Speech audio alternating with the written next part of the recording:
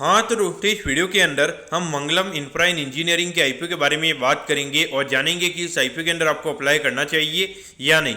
चलिए शुरू करते हैं। तो देखिए, सबसे पहले हम ये जानेंगे कि ये कंपनी क्या काम करती है। क्योंकि जो कंपनी 2010 में ये कंपनी स्टार्ट हुई है, यानी कि ऑलमोस्ट अगर हम देखेंगे तो 13 से 14 साल ये कंपनी को स्टार्ट हुए हो चुके हैं। क्योंकि जो कंपनी है, ये कंपनी हमें यहाँ पे इंफ्रास्ट्रक्चर से रिगार्डिंग यहाँ पे जो भी कंसल्टेंसी सर्विसेज हो गया, फिर उसके अलावा ऑपरेटिंग एंड मेंटेनेंस हो गया, कंस्ट्रक्शन से रिगार्डिंग यहाँ पे जो भी सर्विसेज होती है वो हमें यहाँ पे ये कंपनी प्रोवाइड करवाती हुई नजर आती है। तो किससे रिगार्डिंग यहाँ पे कंपनी सर्विसेज प्रोवाइड करवाती है? तो देखिए, हाईवेज वगैरह हो गया, ब्रिजेस हो गया, टनल्स हो गया, उसके अलावा जो अर्बन बिल्डिंग्स वगैरह बनती है तो इससे रिगार्डिंग यहाँ पे जो भी मेंटेनेंस और कंस्ट्रक्शन से रिगार्डिंग जो भी सर्विस होती है वो ये कंपनी हमें प्रोवाइड करवाती हुई नजर आती है। अगर हम देखेंगे तो अभी तक लगभग on an average around 127 projects अभी तक कंपनी ने कंप्लीट कर लिए हैं। इसमें से अगर हम देखेंगे तो 116 जो प्रोजेक्ट थे यहाँ पे वो कंपनी ने इंडिपेंडेंटली किए, यानी कि कंपनी ने खुद ने किया, वहाँ पे कोई भी जॉइंट वेंचर वगैरह नहीं था। और उसके अलावा अगर हम 11 प्रोजेक्ट की अगर हम बात करेंगे तो जॉइंट वेंचर और गवर्नमेंट के साथ में एमओयू साइन करके यहाँ पे कंपनी ने उन प्रोजेक्ट को कंप्लीट किया है। अब अगर हम करंटली यहाँ पे कंपनी के नंबर ऑफ एम्प्लॉइज की अगर हम बात करेंगे, अराउंड 272 एम्प्लॉइज ये कंपनी के नाम में काम करते हुए नजर आते हैं। इसमें से अगर हम इंजीनियर्स की अगर हम बात करेंगे, अराउंड 159 इंजीनियर्स यहाँ पे ये कंपनी के नाम में यहाँ पे काम करते हुए नजर आते हैं।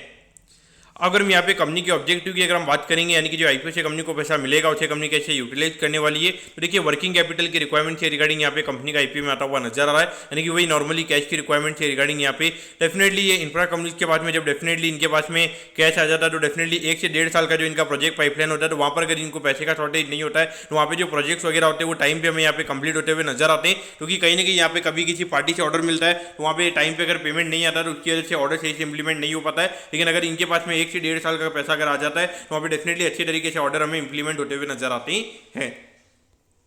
अगर हम यहाँ पे कंपनी के फाइनेंशियल्स के बारे में अगर हम बात करेंगे तो देखिए अराउंड 2022 में लगभग 26 करोड़ के लगभग कंपनी का रेवेन्यू का नंबर था।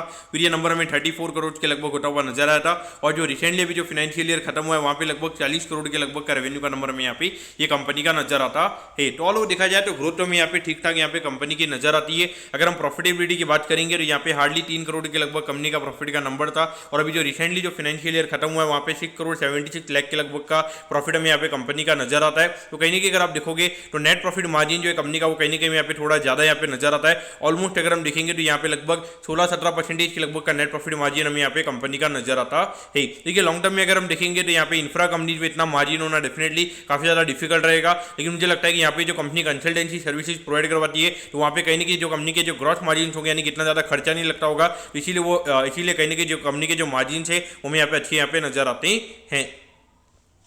अगर हम यहाँ पे आईपीओ की डिटेल्स के बारे में अगर हम बात करेंगे तो देखिए 24 तारीख को ये आईपीओ में स्टार्ट होता हुआ नजर आएगा और 26 तारीख को ये आईपीओ में क्लोज होता हुआ नजर आएगा। अगर हम प्राइस बैंड के बारे में अगर हम बात करेंगे तो 56 के कट ऑफ प्राइस पे कंपनी में शेयर देती हुई नजर आ रही है। 2000 शेयर्स का हमें यहाँ पे लॉट नजर आता है, यानी कि एक लॉट को अप्लाई करने के लिए 1,12,000 रुपये आपको यहाँ पे लगने वाले हैं।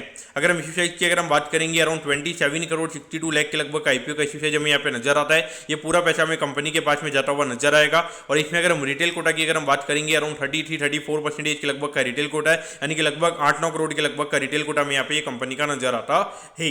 और ये जो कंपनी में एनएससी के ऐसे प्लेटफॉर्म पे ये कंपनी में लिस्ट होती हुई नजर आएगी। अब अगर हम टाइम टेबल के बारे में अगर हम बात करेंगे तो देखिए 29 को आपको पता चल जाएगा कि आपको अलॉटमेंट मिला है, यानी कि अलॉटमेंट नहीं मिलता तो 30 तारीख को रिफंड मिल जाएगा। 30 तारीख को आपके डीमेट अकाउंट में शेयर आ जाएंगे अगर आपको अलॉटमेंट मिलता है। और 31 को ये कंपनी में लिस्ट होती हुई नजर आएगी। अब अगर हम एट दी एंड अगर हम यहाँ पे कंपनी के वैल्यूएशन के पैरामीटर्स की अगर हम बात करेंगे तो देखिए अराउंड 98 करोड़ के मार्केट कैप पे कंपनी का आईपीओ में आता हुआ नजर आ रहा है। उसके हिसाब से वैल्यूएशन वाइज अगर हम बात करेंगे अराउंड 14 से 15 के पी रेशियो पे ये कंपनी का आईपीओ में आता हुआ नजर आ रहा है। तो वैल्यूएशन वाइज अगर हम देखेंगे तो कोई ज्यादा कॉस्टली नहीं है। और अगर हम ग्रोथ वाइज भी अगर हम बात करेंगे कंपनी की ग्रोथ हमें यहाँ पे अच्छी नजर आती है। और अभी अगर हम ब्रॉडर मार्केट में अगर हम देखेंगे जितने भी इंफ्रा से रिलेटेड यहाँ पे स्टॉक्स वगैरह है तो वहाँ पे डेफिनेटली मार्केट उनको लेकर काफी ज्यादा क्रेजी है। लेकिन एक चीज आपको समझनी पड़ेगी कि 23 तारीख को बजट और यहाँ पे इंफ्रा स्पेंडिंग में गवर्नमेंट किस तरीके से यहाँ पे बजट अपना दिखाती है। तो उसमें अगर बाई चांस अगर कुछ भी इंफ्रा स्पेंडिंग में अगर कुछ भी अगर वहाँ पे कम हो जाता है तो डेफिनेटली ये जितने भी आईपीओ हमें इंफ्रा से रिगार्डिंग अभी आते हुए नजर आ रहे हैं तो वहाँ पे कहीं ना कहीं हमें थोड़ी दिक्कत देखने को मिल सकती है। और एक चीज़ आपको समझनी चाहिए कि जिस स्पीड से हमें यहाँ पे इंफ्रा के आईपीओ जाते हुए नजर आ रहे हैं तो ये जो इंफ्रा कंपनी है इनका कहीं ना कहीं अगर आप देखोगे तो यहाँ पे सप्लाई में बढ़ता हुआ नजर आ रहा है। और डेफिनेटली जब इन्वेस्टर्स के पास में ऑप्शन काफी ज्यादा अवेलेबल हो जाते हैं तो वहाँ पे जो पी एक्सपांशन होता है अगर कोई लीडर वाली कंपनी भी है तो उसके अंदर भी पी एक्सपेंशन होना काफ़ी ज़्यादा डिफिकल्ट हो जाता है। तो एक चीज़ आपको यहाँ पे उसको समझनी